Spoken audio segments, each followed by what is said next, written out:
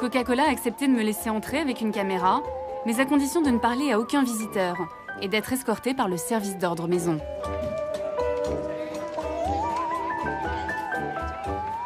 Regardez là. Ce qu'on veut nous montrer ici, c'est le monde merveilleux de Coca-Cola. Comme dans la pub, où quand on ouvre du coca, on ouvre du bonheur. You're so sweet. C'est dommage que tu parles pas, tu vas pas pouvoir me donner la formule. What's the secret formula? Tell me. Qu'y a-t-il dans cette boisson pour que là, à cet instant, plus de 78 millions de personnes ouvrent tout un Coca-Cola dans le monde? Chaque jour, le groupe vend 2 milliards de boissons. Je réalise à quel point cette histoire de secret est devenue un véritable outil marketing. Suivez-moi. Et côté mise en scène, avec les Américains, on est rarement déçus. A secret formula for the most deliciously different taste the world has ever known. A secret formula for all that is, was, and ever will be the heart of Coca-Cola.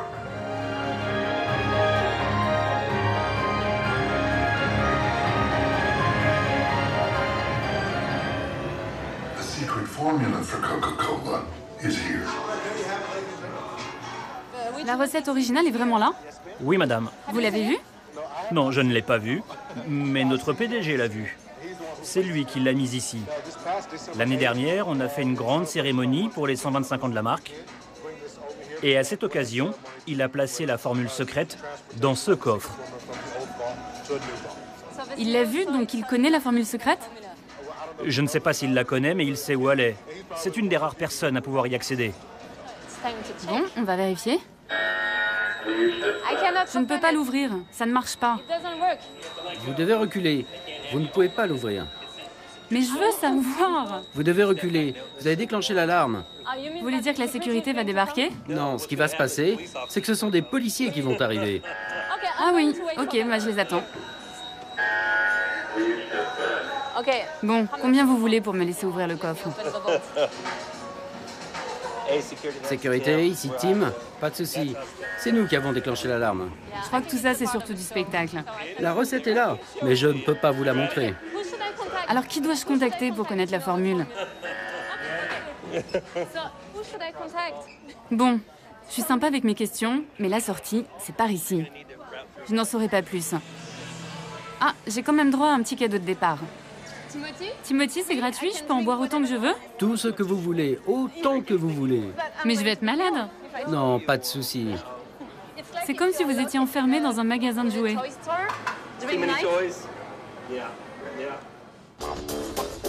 Ok, c'est pas ici qu'on me donnera la formule. Pourtant, s'il y a un endroit au monde où je peux en savoir plus, c'est bien à Atlanta. Depuis plus d'un siècle, les bulles de coca pétillent dans les veines de la ville et de ses habitants. Ici, on est Coke, on grandit Coke, on adore Coke.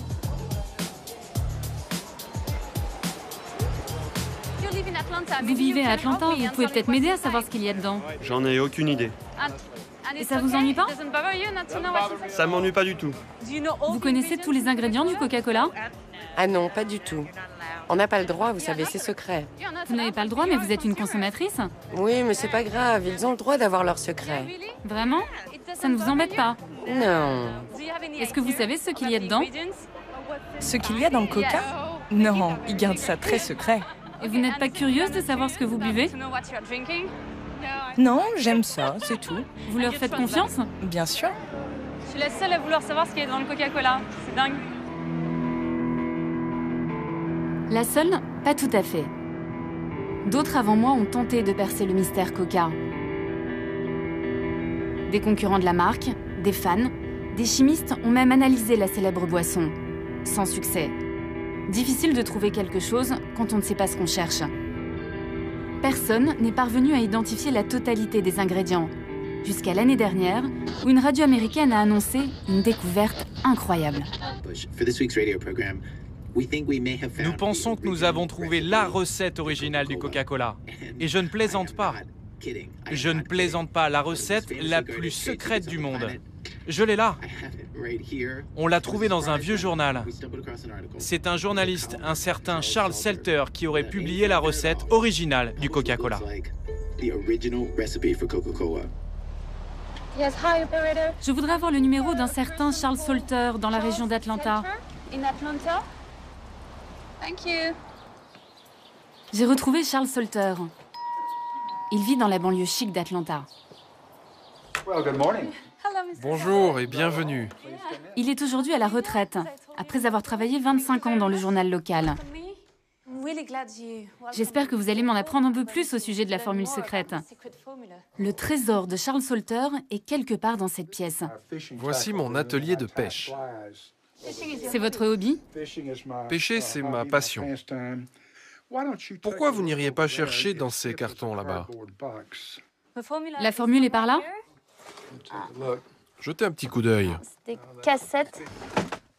C'est peut-être ici? Non, là, c'est des vieilleries. Ça peut pas être ça, là? Yes. Voilà. C'est excitant. It's so exciting. So you think it's Vous pensez qu'elle est là? Ah, voilà la photo. Je l'ai prise en 1979. J'avais un ami qui vivait dans la région. Il tenait un drugstore à Gainesville. Et un jour, il me dit « Charles, il faut que tu vois quelque chose. » Et là, je vois un document intitulé « L'authentique Coca-Cola ». Quand j'ai vu ça, je me suis dit « Mon Dieu, j'ai l'histoire de l'année. » Ce document daterait de 1910. Il s'agirait d'une copie manuscrite de la recette originale en mauvais état. Je découvre les fameux extraits végétaux que Coca refuse de donner. Première surprise, il y aurait de l'alcool, mais aussi du citron, de l'orange, de la coriandre, et tout en haut de la liste, un ingrédient qui me fait halluciner. What's that? C'est quoi ça? F-E, Coca. Extrait de feuilles de coca.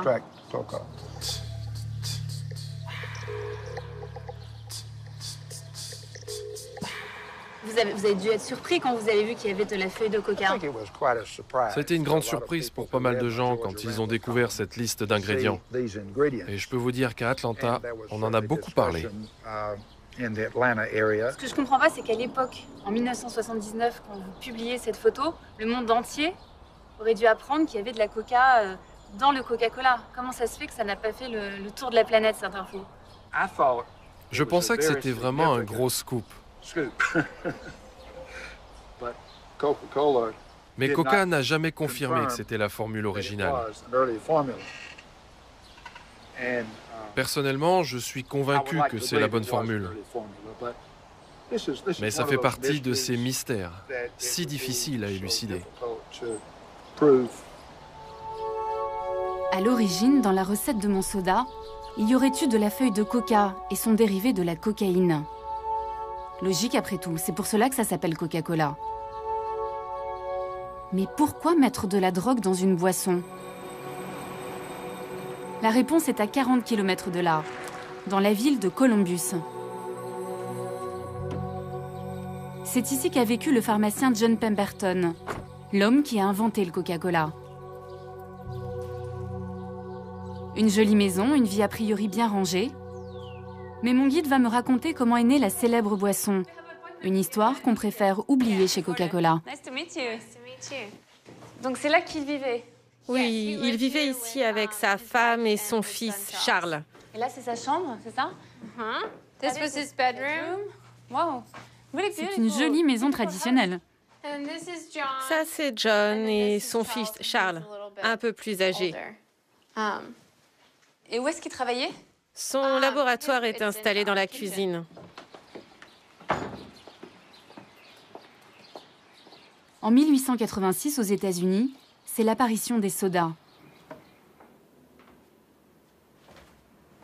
John Pemberton va s'inspirer d'une boisson française très populaire à l'époque, le vin Mariani, qui justement contenait de la cocaïne. Qu'est-ce qu'il faisait ce pharmacien? Il a inventé différentes boissons. En voici quelques publicités ici. Il passait son temps à fabriquer des mixtures. À l'époque, les gens pensaient que les sodas soignaient toutes sortes de maladies. C'est pour ça qu'on trouvait les sodas dans les pharmacies. C'était un peu comme des médicaments. Et à la base, le Coca-Cola, c'était un médicament. Oui, Coca-Cola était un médicament et il contenait de la cocaïne au début. C'était censé vous soigner pour toutes sortes de douleurs, que ce soit à la tête, au ventre, toutes sortes de maladies en fait. Mais pourquoi Pemberton a mis de la cocaïne dans le Coca-Cola? Suite à ses blessures durant la guerre de sécession, il est devenu accro à la morphine. Et il est devenu ensuite dépendant à d'autres produits un peu moins dangereux que la morphine. Vous faites visiter cette maison à des classes, des enfants, et vous leur dites pas, en fait, qui était vraiment le docteur John Pemberton. Vous leur parlez pas de son problème avec la drogue, vous parlez pas de cocaïne? Non, on donne juste aux enfants des informations basiques sur Coca. On ne leur parle pas de la cocaïne. On préfère leur donner une image plus idéalisée de la cocaïne. Enfin, pardon, du Coca. Un pharmacien accro à la cocaïne qui met de la drogue dans sa boisson, ça fait un peu tâche dans le monde merveilleux de Coca. À Atlanta, comme souvent aux États-Unis, on protège les symboles de l'Amérique. Et tant pis pour ces écoliers qui n'apprendront qu'une partie de l'histoire. Mais moi, ce qui m'intéresse, c'est de savoir s'il y a toujours de la feuille de coca dans mon soda.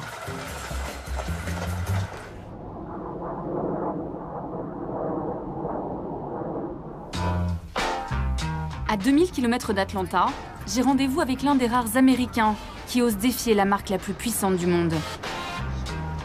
Au pied du pont de Brooklyn, voici le repère de Ray Rogers, le fondateur du collectif Killer Coke. Avec un tel nom, au moins le message est clair. Depuis 10 ans, ce syndicaliste consacre toute son énergie à dénoncer la face cachée de Coca-Cola. Hi. Hi, I'm Olivia. Olivia, glad to meet you. Yes, so glad to have you here. C'est le porte-parole de tous ceux qui se disent victimes de la multinationale. Ramon, vous avez été viré et vous avez dû retrouver un nouveau boulot. Louis, vous, qu'est-ce qui vous est arrivé? Autour de la table, une quinzaine d'employés ou d'anciens salariés des usines Coca-Cola de New York. Ensemble, ils ont porté plainte pour harcèlement moral et discrimination raciale. Je découvre une autre version du monde magique de Coca-Cola. Ces ouvriers fabriquent le soda pour des millions d'Américains. Ils ne connaissent pas la recette, ils mélangent seulement le sirop de cola avec de l'eau, avant de le mettre en bouteille. Vous avez déjà entendu parler ou vu des feuilles de coca ? On en a entendu parler, mais ils ne nous laissent jamais voir la production, car le sirop n'est pas fabriqué chez nous. Mais oui, on a entendu des choses. Est-ce que vous pensez qu'il y a des produits utilisés qui sont dangereux? Sans aucun doute possible, oui. On reçoit le sirop dans des gros barils. Il y a une grille tout autour et un autocollant indiquant que c'est dangereux, corrosif. Un jour, j'ai vu un de ces barils s'ouvrir. Le produit a littéralement bouffé la peinture au sol. Ça l'a enlevé. En fait, c'est de l'acide très puissant. Les gens chargés de nettoyer ne pouvaient pas toucher ce truc avec les mains. Mais normalement, c'est juste du sucre et des arômes naturels. Non. J'aimerais que ce soit ça. Mais ce n'est pas le cas. Ils ne veulent pas qu'on sache ce qu'ils mettent dedans. Je ne comprends pas comment un gouvernement peut autoriser une entreprise à commercialiser un produit dont la recette est secrète. Nos enfants en boivent. Des employés en colère qui se posent les mêmes questions que moi. Une entreprise qui refuse de me répondre, c'est pas gagné. Mais après tout, même les secrets les mieux gardés finissent un jour par s'éventer. Ray Rogers va me révéler une information embarrassante pour Coca. Il m'emmène loin des beaux quartiers de New York. Direction, l'un des ports du New Jersey. Selon lui, c'est ici que la compagnie continuerait d'importer discrètement l'ingrédient préféré du pharmacien Pemberton. Impressionnant, non? C'est ici qu'ils reçoivent les feuilles de coca qu'ils importent de Bolivie et du Pérou. Ça arrive ici? Oui, ça arrive ici. Les feuilles de coca ne sont autorisées dans ce pays que pour 2 raisons. 1, pour les préparations médicales. Et l'autre, c'est pour Coca-Cola, qui l'utilise dans certaines de ses boissons. Et à ma connaissance, c'est la seule façon d'importer légalement de la feuille de coca de Bolivie et du Pérou. Ça veut dire qu'aujourd'hui, aux États-Unis, en dehors des laboratoires pharmaceutiques, Coca-Cola est la seule entreprise à pouvoir importer de la feuille de coca ici.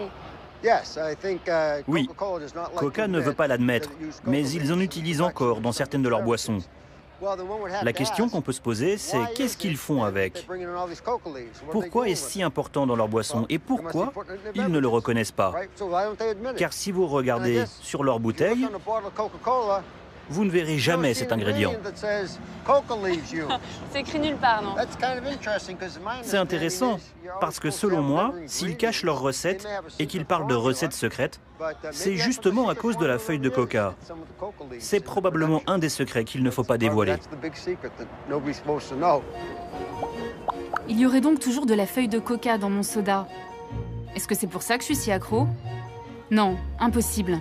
La cocaïne a été interdite en 1906 dans le Coca-Cola.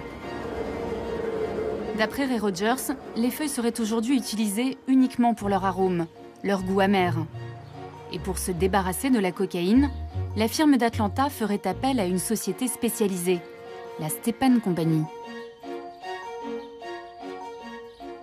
Hello, madame. Bonjour madame. J'ai appelé plusieurs fois et je n'ai eu personne. J'aimerais savoir si c'est bien ici que vous transformez la feuille de coca. Je vais voir si quelqu'un peut vous répondre. Non, nous n'avons pas le droit de parler de nos clients ici.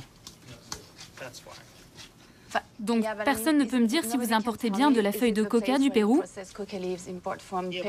On ne parle pas de nos clients. On ne peut pas vous aider. Et il n'y a pas de responsable? Bon, merci. Au revoir, passez une bonne journée. Il n'y a pas moyen? Mais quand même, je pense que j'ai le droit de savoir, non? Merci, au revoir. Visiblement, il n'y a pas que chez Coca qu'on a le goût du secret.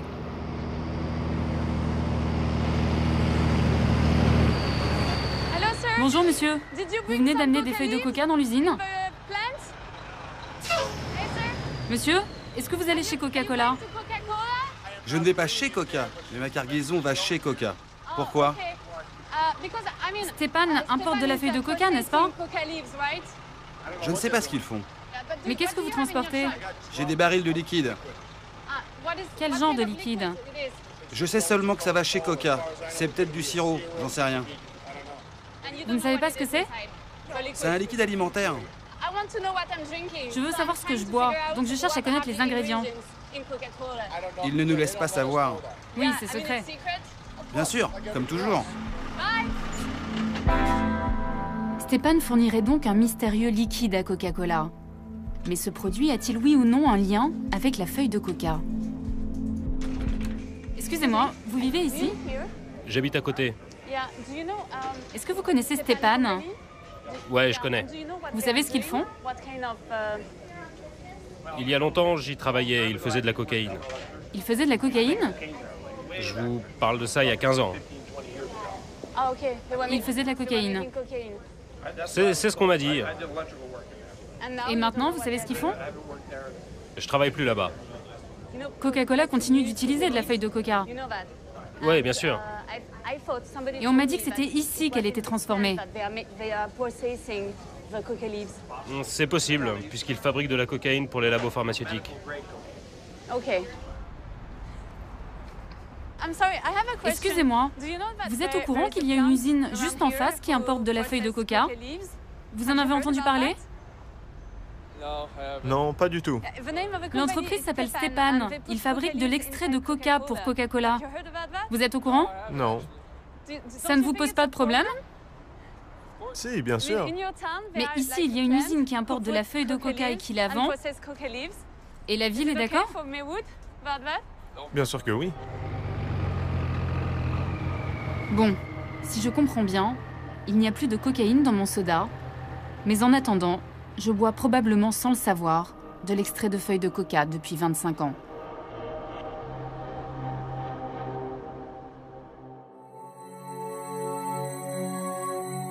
Je veux simplement connaître la composition d'un soda et j'ai l'impression d'enquêter sur le secret de la bombe atomique. Après 2 mois de demandes d'interview, 12 appels et 21 mails, Coca-Cola États-Unis va me donner la même réponse que la filiale française du groupe. Yes, Amanda. Oui, Amanda, désolée. Je ne vous entendais pas avec mon téléphone portable. Je voulais simplement vous dire que vous n'aurez aucune interview de la part de la compagnie aux États-Unis. Vous êtes en train de me dire que je ne pourrai parler à personne chez vous aux États-Unis, c'est bien ça? Oui, c'est exact. D'accord, je vois. Merci d'avoir essayé. Ok, j'ai compris. Avec Coca, mon seul droit c'est d'en boire sans jamais me poser de questions. Pourtant, les États-Unis, eux aussi, s'interrogent sur leur boisson nationale. Coca-Cola est de plus en plus montré du doigt, non pas à cause de la formule secrète, mais au sujet d'un ingrédient que cette fois-ci tout le monde connaît.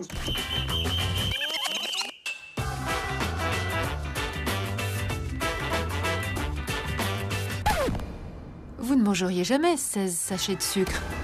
Pourquoi les boire alors? Il y a 16 sachets de sucre dans un demi-litre de soda.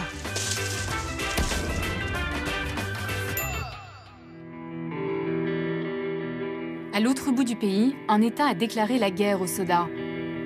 Je pars en Californie. Ici, il est désormais interdit de vendre des boissons sucrées dans les lieux publics ou dans les écoles. Il faut dire que 40% des Californiens sont en surpoids ou obèses. Alors tout est fait pour diaboliser le soda, surtout auprès des jeunes. The cost so cheap and it tastes so sweet, but in a few years it'll rot on your teeth. Rather have water, milk, or iced tea than wrap my lips around a Pepsi. All that sugar in just one drink, it got more calories than processed meat. Sprite, Coke, and root beer floats, bound to give folks diabetes and strokes. The more you drink, the less you think. Bet you didn't know brain cells get weak. C'est quoi le message que tu veux donner aux jeunes? C'est de leur dire de pas boire de soda en fait, c'est ça? Il faut plus boire du tout de soda. Ça peut faire du mal à trop de gens. Tu commences tout petit, en grandissant, tu continues, ça fait partie de toi, et tu deviens tellement accro. T'es pas branché si tu bois du coke, pas du tout. Faut que tu boives de l'eau ou un truc plus sain. Arrête! Tu sais pas ce que ça fait sur ton corps. Ok, donc si je veux être cool, il faut que j'arrête. Ouais, si tu veux être cool, faut que t'arrêtes le coca. Mais on ne change pas si facilement l'American Way of Life. Face à eux, les anti-sodas ont des machines de guerre comme Coca, qui dépensent des milliards de dollars en publicité. On y va. La bataille est encore loin d'être gagnée. Pour me le prouver, le leader californien des anti-Coca m'invite à déjeuner dans ce qu'il appelle un désert alimentaire, un de ces quartiers où il n'y a que des fast-foods à des kilomètres à la ronde. Je voudrais un Coca, un grand s'il vous plaît. Regardez la taille de mon verre d'eau qui arrive. Et voilà mon eau. Ah oui, c'est tout petit. Ok. Ok, thank you very much. Et je peux... Vous pouvez en reprendre gratuitement autant de fois que vous voulez. C'est un gros problème. C'est ça le problème, hein. Je peux en avoir autant que je veux. Je peux venir me servir quand. Servez-vous copieusement, et si ça ne vous suffit pas, revenez et prenez-en encore. C'est un déjeuner équilibré, ça. Vous avez suffisamment de calories, ça va? C'est un demi-litre, ça. Oui, c'est même un peu plus. C'est 75 centilitres. Un Américain boit en moyenne 170 litres de soda par an.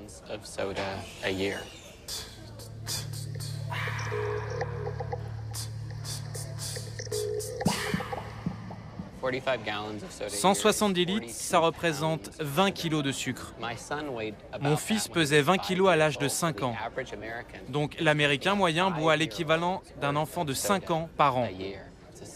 C'est un tsunami de boissons sucrées. C'est quoi l'intérêt pour les grandes compagnies de soda d'augmenter la taille? Parce que c'est toujours le même prix, c'est très peu cher. Donc, c'est quoi leur but? Pourquoi ils veulent augmenter les quantités? Je pense que tout ce qu'ils font, ils le font pour augmenter leurs ventes. Si vous en buvez beaucoup aujourd'hui, il y a de grandes chances que vous en buviez plus demain. Donc ça peut être une bonne affaire d'acheter un litre de soda dans un restaurant, mais quand vous allez aller au supermarché, vous allez le payer bien plus cher. Leur seule motivation, c'est de gagner toujours plus d'argent. C'est leur boulot, c'est normal. Mais c'est la première génération d'enfants aux États-Unis qui risque de vivre moins vieux que leurs parents. On doit trouver une solution pour contrer ces boissons sucrées. On le doit. La vie de nos enfants en dépend. Bon, bah c'est bon, vous avez gagné. Vous m'avez coupé l'appétit. Merci. Bon appétit. Il y a 50 ans, nous buvions 4 verres de coca par an.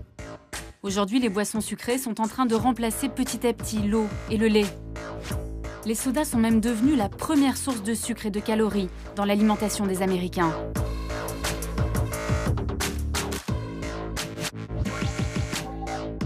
Il y a quelques mois, l'un des plus grands spécialistes de l'obésité a alerté l'opinion mondiale. Selon le Dr Lustig, le sucre qu'on aime tant dans les sodas est tout simplement un poison. Est-ce que vous pouvez me montrer l'équivalent de sucre qu'il y a dans cette canette? Est-ce qu'on peut voir combien ça fait? Cette canette contient 39 grammes de sucre. Une cuillère à café, c'est 4 grammes. Donc, en gros, elle contient 2, 3, 4, 5, 6, 7, 8, 9 oh là là. et 10.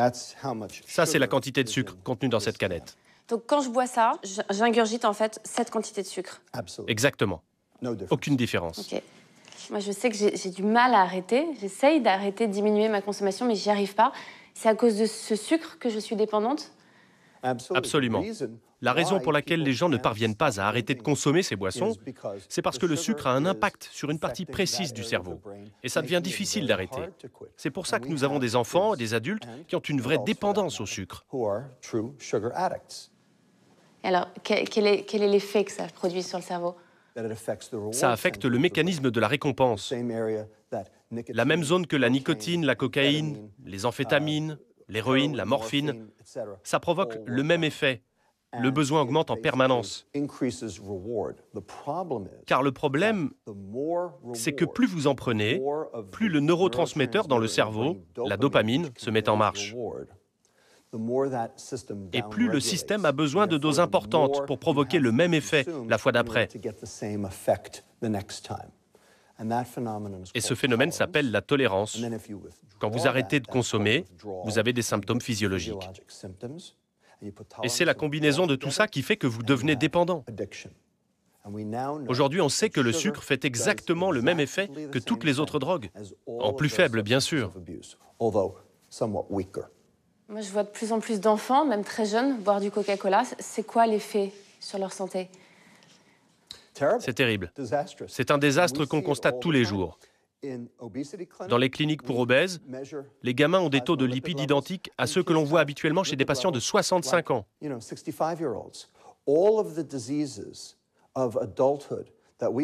Toutes ces maladies d'adultes dues à la vieillesse, on les voit maintenant chez des enfants âgés de 8 à 10 ans.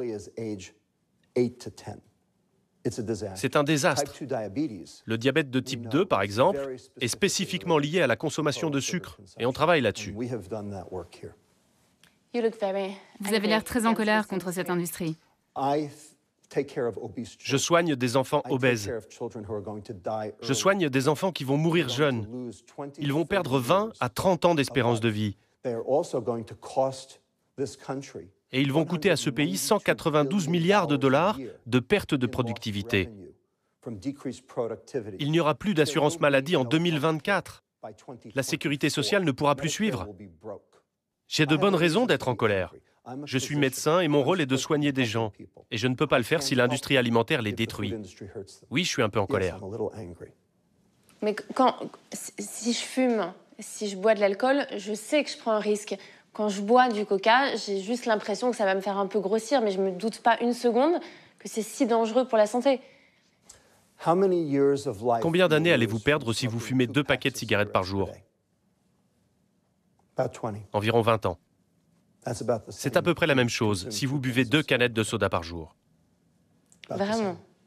Really? C'est presque pareil. Donc, un coca, tout le monde s'en fout.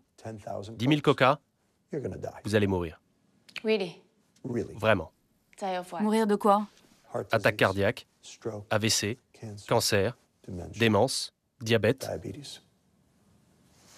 En même temps, moi, ça fait 25 ans que je bois 2 canettes par jour et je suis en bonne santé, je ne suis pas obèse.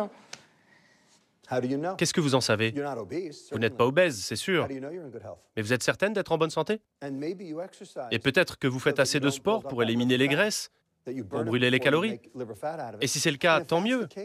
Le problème, c'est que vous n'êtes pas représentatif du consommateur moyen. C'est sûr qu'après ça, on voit les choses un peu différemment. Voici vos sodas. Et votre obésité. Vos maladies cardiaques. Et votre accident cérébral. Attendez! Vous ne voulez pas votre diabète aussi?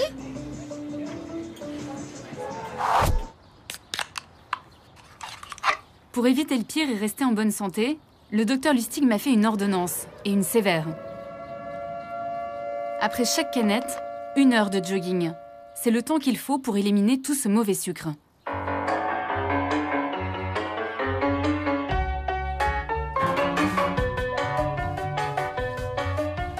Je vous dis pas quand j'en prends 3 dans la journée.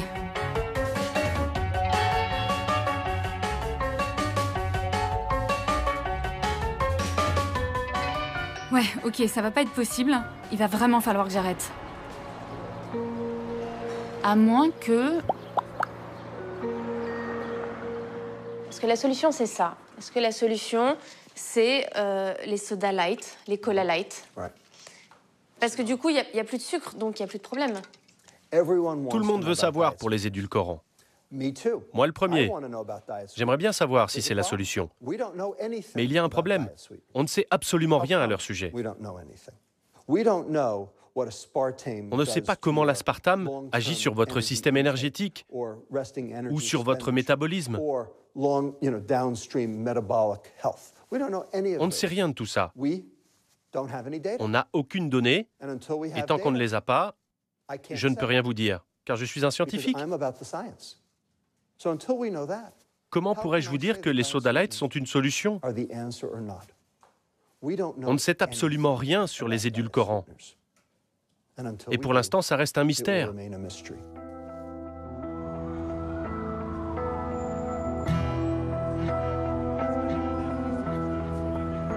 Donc en gros, j'ai le choix entre boire du sucre en étant certaine qu'à haute dose c'est dangereux, ou boire du light en étant sûre de rien.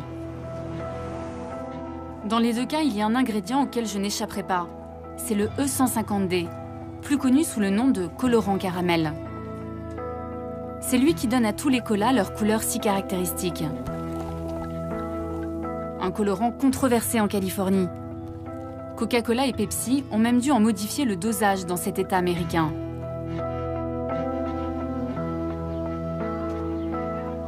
Le scientifique à l'origine de ce nouveau scandale m'a donné rendez-vous dans ce diner.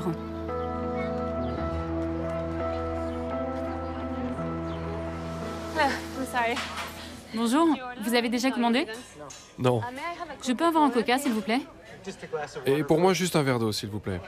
Vous ne buvez pas de coca, n'est-ce pas? Non, je n'ai pas bu un coca depuis très très longtemps. Il y a 5 ans, il a été prouvé que le colorant caramel contenait un élément cancérigène. Ce que les fabricants de ce colorant font, c'est qu'ils prennent du sucre, y ajoute de l'ammoniac, puis des acides, et mélange le tout à haute pression. Ça crée la couleur caramel, mais ça crée aussi de nouvelles molécules. L'une de ces molécules est connue sous le nom de 4-MI. Dernièrement, des études ont démontré que ce composant provoque des cancers chez les animaux et très probablement chez l'homme. L'État de Californie a dit à l'industrie du soda qu'elle serait obligée de mettre un avertissement sur leur boisson tant que celle-ci contiendrait ce composé. Ça causerait quoi comme cancer, ce colorant caramel? A priori, cela provoquerait la leucémie.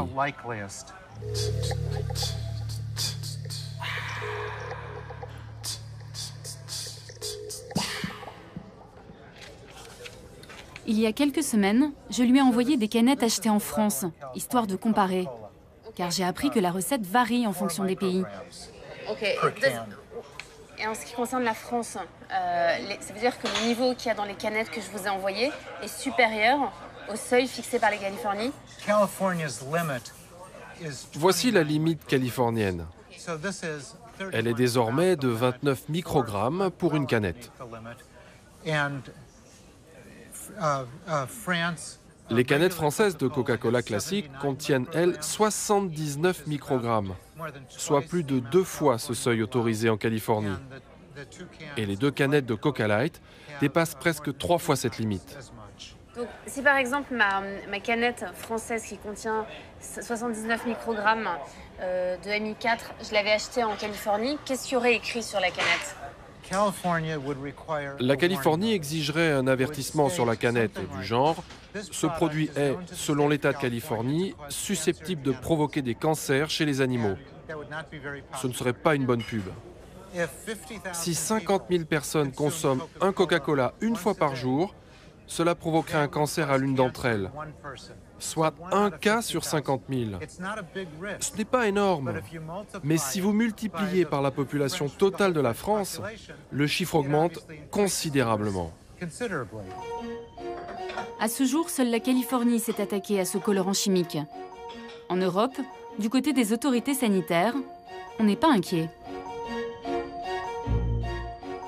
Entre le colorant potentiellement cancérigène, les risques de diabète et tout le reste, je commence un peu à angoisser.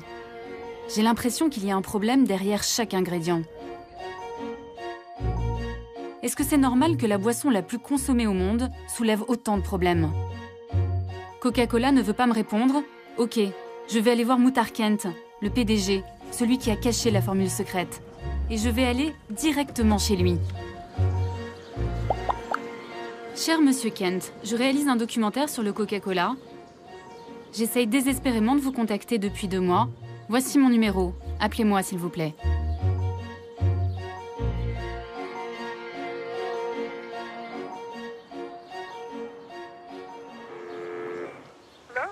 Bonjour. Désolée de vous déranger. Je cherche à joindre Monsieur Kent. Je viens de France et j'aimerais vraiment le contacter. J'ai tout essayé. Comment est-ce que je peux arriver à lui parler? Vous pouvez attendre quelques minutes, s'il vous plaît?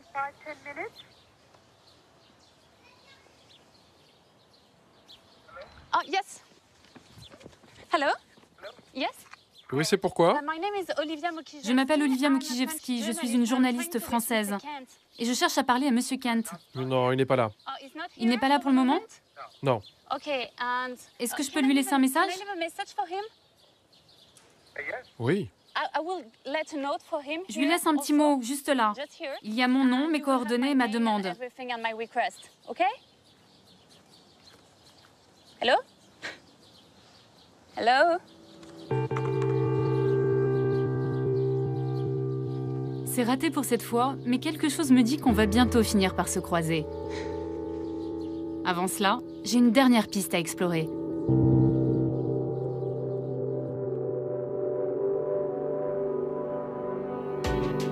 Elle concerne un autre ingrédient de Coca et pas n'importe lequel. Le principal, l'eau. Il en faudrait en moyenne 3 litres pour faire 1 litre de Coca-Cola. À San Cristobal, au Chiapas, L'eau, ce n'est pas ce qui manque. Cette région est le réservoir du Mexique. Un paradis pour les fabricants de soda. Ce n'est donc pas par hasard si dans les années 80, la firme américaine a choisi d'installer ici l'une de ses usines.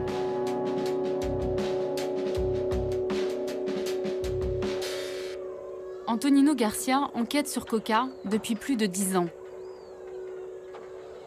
Alors pourquoi ils ont décidé de s'installer ici exactement? Coca-Cola s'est installé ici pour pomper l'eau de la région. Ils puisent directement dans la nappe phréatique de San Cristobal. C'est le réceptacle de 2 volcans, le Huitepec et le Santeguitz. Et c'est ici, en sous-sol, qu'est stockée la majorité de l'eau. Ils sont installés stratégiquement pile sur le manteau phréatique. Et Coca-Cola prélève beaucoup d'eau ici? Ils extraient environ 750 000 litres par jour. C'est quoi? C'est l'équivalent de quoi? Ce volume d'eau permettrait d'alimenter 10 000 habitants de la ville tous les jours. Et depuis peu, ils creusent un nouveau puits. Ils vont donc augmenter le pompage.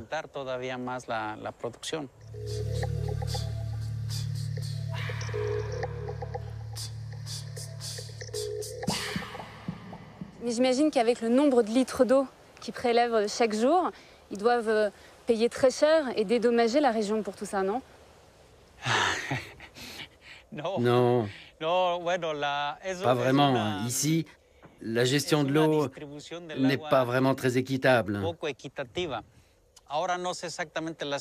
Aujourd'hui, on ne connaît pas les chiffres, mais en 2003, ils ont payé environ 25 000 € pour l'année. C'est ridicule. 25 000 € pour des centaines de millions de litres d'eau. Le principal ingrédient de Coca ne coûterait quasiment rien à la compagnie. D'après Antonino, si le géant américain est si bien traité au Mexique, c'est grâce à Vicente Fox, le président du pays jusqu'en 2006. Et devinez ce qu'il faisait Vicente Fox avant de devenir président. Eh bien, il était PDG de Coca-Cola Mexique.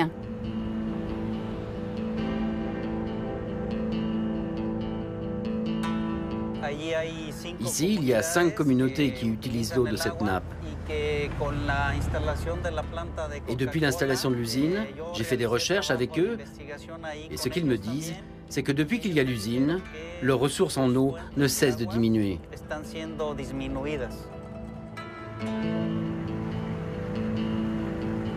Les premières familles touchées se trouvent à Ocotal, sur les flancs du volcan, juste au-dessus de l'usine de Coca.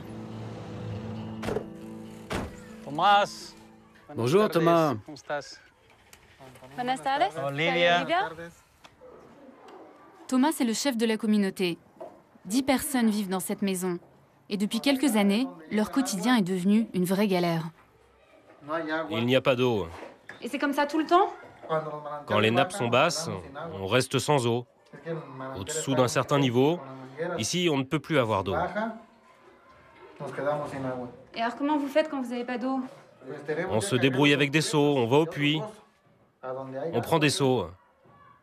Ils ne sont pas là. On les prend pour laver le linge, la vaisselle, ou pour faire à manger. Les coupures d'eau sont de plus en plus longues. Alors à Ocotal, on est heureux quand il pleut.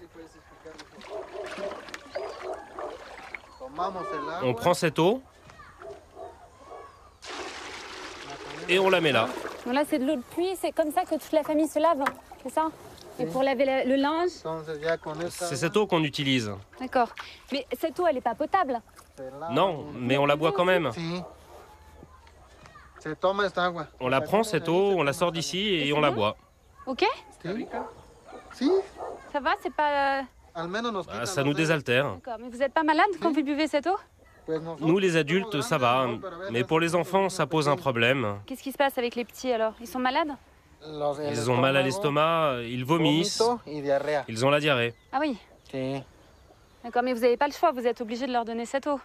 Non, on n'a pas le choix. Mais au moins, on n'a plus soif.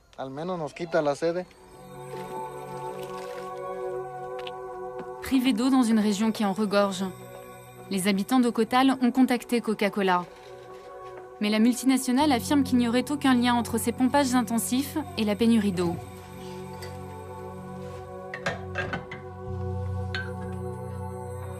Comble de l'ironie, quand il n'y a plus d'eau au village, les enfants boivent du soda. C'est une histoire sans fin, celle d'un piège qui se referme sur les Indiens du Chiapas.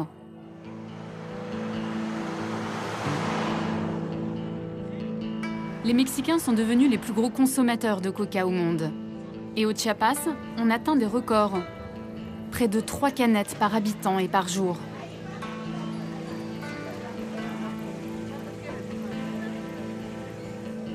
Ce n'est pas ici que je vais commencer mon sevrage.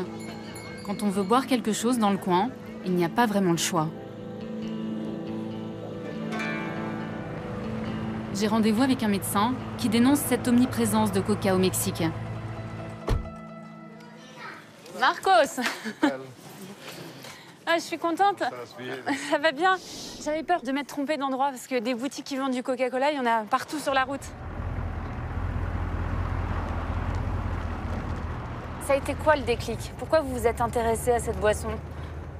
Je suis venu au Chiapas pour travailler auprès des réfugiés sur les problèmes de malnutrition. Je me suis aperçu que c'est dans les 2 premières années de la vie qu'on définit les habitudes alimentaires. Et ici, les mères donnent des sodas à cet âge-là à leurs enfants. Et donner tant de sucre si jeune provoque fatalement une addiction au sucre. On dit quoi? On dit qu'il y a eu une coca-colonisation du Mexique? Oui, c'est un terme qui a été employé par le rapporteur spécial des Nations Unies l'an dernier. Il a été impressionné par la coca-colonisation du Mexique. Si vous voulez m'aider, je vais le faire. cliquez à chaque fois que vous voyez un point de vente. D'accord, donc je clique dès que je vois une boutique qui vend du coca. Alors là, il y en a une. Ok, pour l'instant, il y en a un. 1, 2. C'est incroyable. 4. C'est incroyable parce qu'elles sont à côté. 5. Tenez, regardez, il y en a un autre ici. D'accord, alors là, on est donc en plein milieu des montagnes, à 2500 mètres d'altitude. Et on a fait quelques centaines de mètres et on a déjà vu 7 boutiques qui vendent du Coca-Cola. 8. C'est terrible. Il n'y a rien d'aussi facile à trouver que le coca. Vous voyez, c'est le nom de la ville dans une bouteille de coca. Mais comment c'est possible ça? C'est possible et c'est terrible. Regardez, il y a encore 2 boutiques côte à côte. Enfin des légumes. Là, il y a des légumes, ils vendent pas de coca. On en a combien là? Là, j'en suis à 166. En 42 km, c'est incroyable.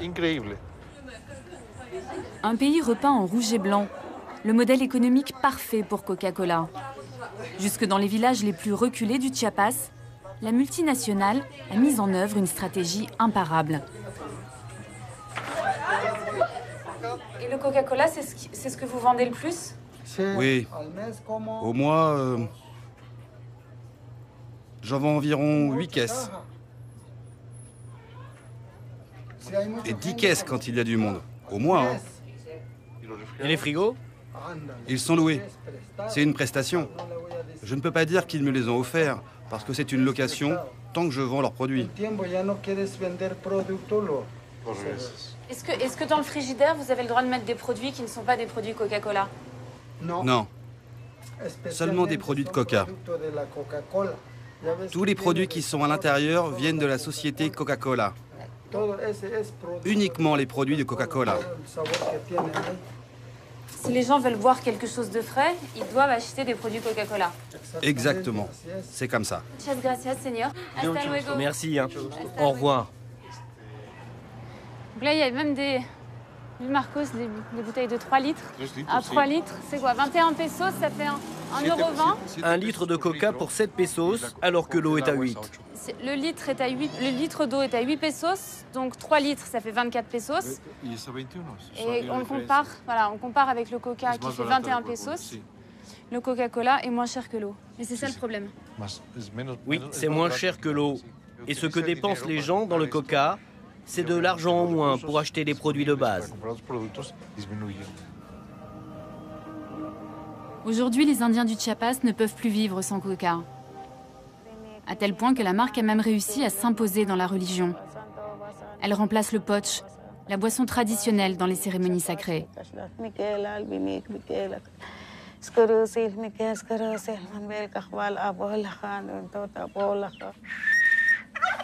Dans cette famille, la prière du jour est dédiée au petit garçon qui a de la fièvre. Pour satisfaire les dieux, pas moins de 7 bouteilles de coca en offrande.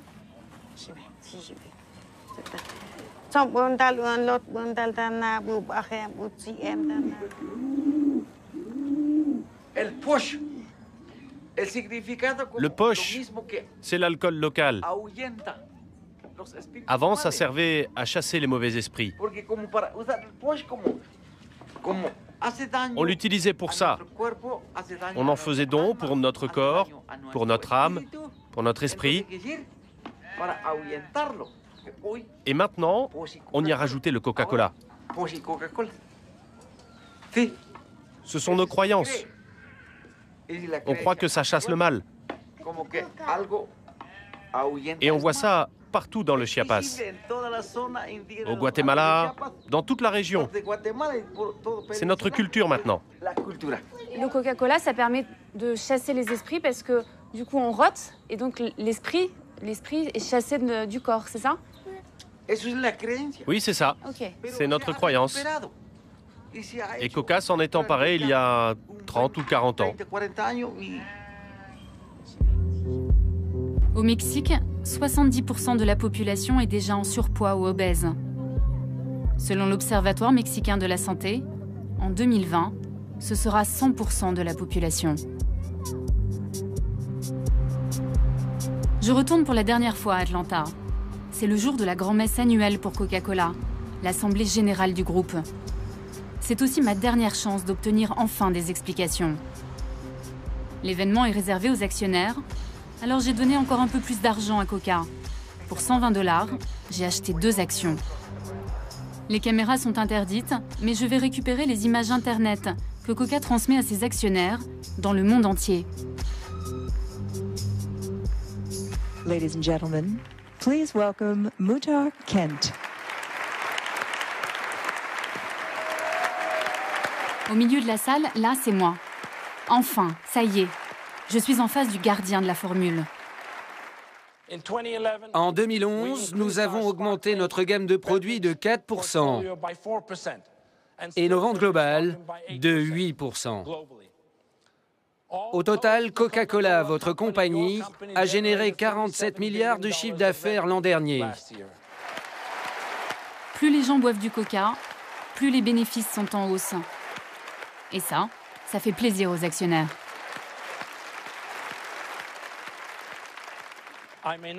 Je ne serai pas en mesure de répondre à toutes vos questions, mais je vais donner la parole au plus de gens possible. 6 personnes seulement seront choisies au hasard. Mes chances sont minces. Mais à la 4e question... Monsieur le Président, voici Olivia Mokiejewski. Bonjour, Monsieur le Président. Je viens de France pour être avec vous aujourd'hui. Monsieur Kent, vous êtes probablement l'une des rares personnes dans le monde à savoir ce qu'il y a dans le coca. Les consommateurs comme moi n'ont pas cette chance et ne savent pas ce qu'ils boivent. Le peu d'informations disponibles sur cette recette pose une seule question. Que buvons-nous? Vous dites, monsieur, vouloir faire de ce monde un monde meilleur.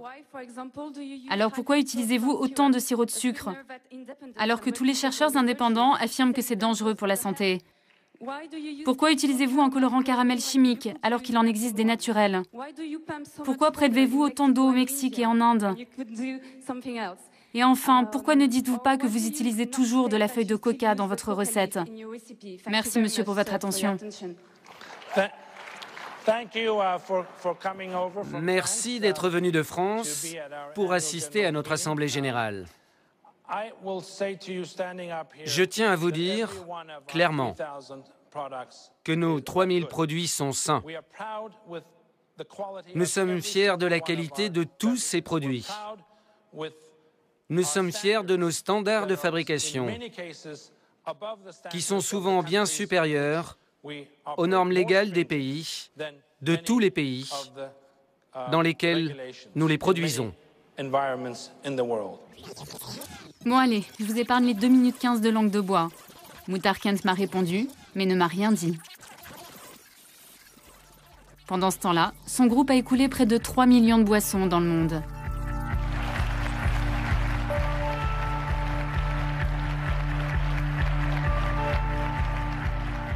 À la sortie, je vais retrouver Ray Rogers, le fondateur de Killer Coke. Lui aussi était à l'Assemblée générale. Ça fait 10 ans qu'il vient poser des questions qui fâchent. Et comme chaque année, il a fait chou blanc. Alors ça se termine devant le siège de la multinationale, avec une manif de 12 personnes.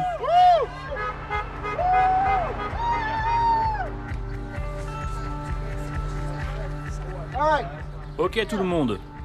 Est-ce qu'on peut essayer de faire juste une ligne, côte à côte? Allez, s'il vous plaît, est-ce que vous pouvez juste bouger un peu pour qu'on puisse faire cette ligne? Il faut faire une ligne. Là, vous n'êtes pas nombreux, vous n'avez pas l'impression de prêcher un peu dans le désert? Le plus important pour nous, c'était qu'on soit présent pour l'Assemblée générale, qu'on signale notre présence, et qu'il existe des images pour montrer qu'il se passe des choses, même ici, à Atlanta, le berceau de Coca-Cola. Et si vous regardez, nous sommes épaulés de quelques indignés d'Atlanta, et on demande une entrevue. Et s'ils nous arrêtent, eh bien nous reviendrons plus nombreux la prochaine fois. Et on leur rendra la tâche plus dure encore. Donc c'est un peu David contre Goliath. Mais ici, nous sommes des centaines de David.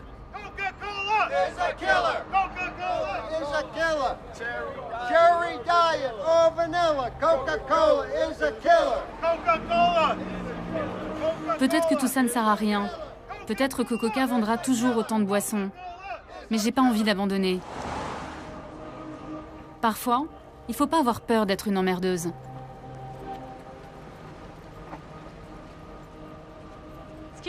Excusez-moi, monsieur, je suis journaliste. Pas de caméra ici. Vous devez partir d'ici. Non, madame, non. J'aimerais juste savoir si monsieur Kent est là. Je n'ai pas la moindre idée. Partez, s'il vous plaît. Oui, mais on m'a dit que... Derrière. Non, madame. Non, vous traversez. Vous repartez de l'autre côté. J'aimerais juste poser une question. Pas de question. Mais je suis une consommatrice. Bonne journée, madame. Ok, je peux parler à personne ici. Non, madame. En 6 mois d'enquête, j'ai découvert la face cachée de Coca.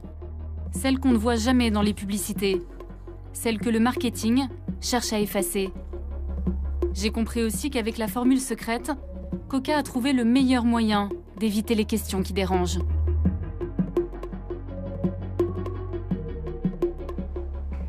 Bon, je sais toujours pas exactement ce que je bois, mais j'ai quand même pas mal d'indices. Et si ça se trouve, je suis pas très loin de la formule secrète. Alors, le meilleur moyen de le savoir, c'est d'essayer. Donc je vais tenter de faire du Coca avec ce que j'ai. Et on n'est pas à l'abri d'une bonne surprise. On va commencer par l'eau.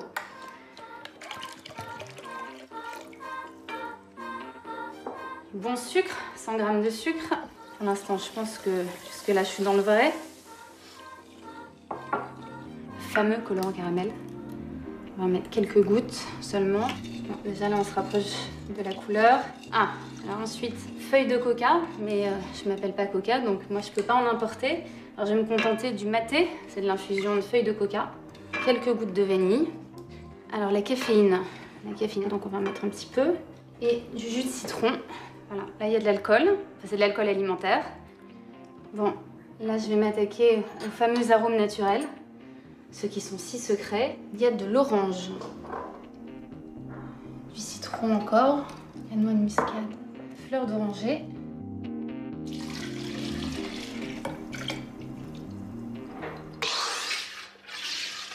Bon, on a les bulles, on a le liquide, ben, on en va goûter.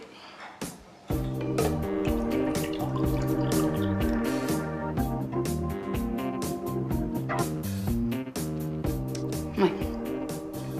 Un peu le goût d'un cola bon marché. Moi, j'en bois trop, moi. J'arrive pas à juger.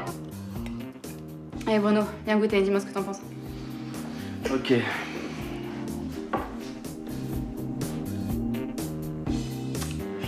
Bah, c'est pas très bon. Viens voir goûter, là. C'est vraiment pas bon. Allez, Richard. Allez, viens voir. Hop, bougez pas. Alors, c'est pas bon ce qu'elle a fait, maman?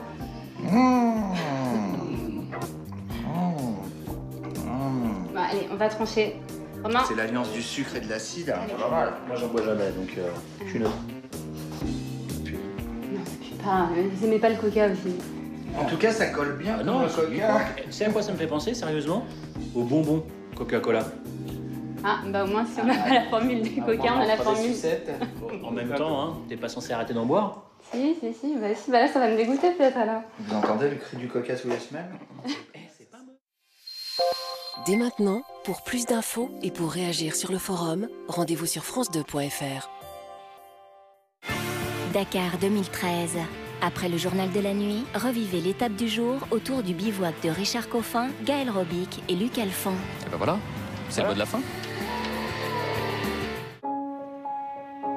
Demain soir, dans votre soirée continue, la gestation pour autrui en question. Pour commencer, une fiction qui retrace l'histoire vraie d'une famille devenue hors la loi en faisant appel à une mère porteuse. Ils enquêtent sur nous comme si on était des criminels. Puis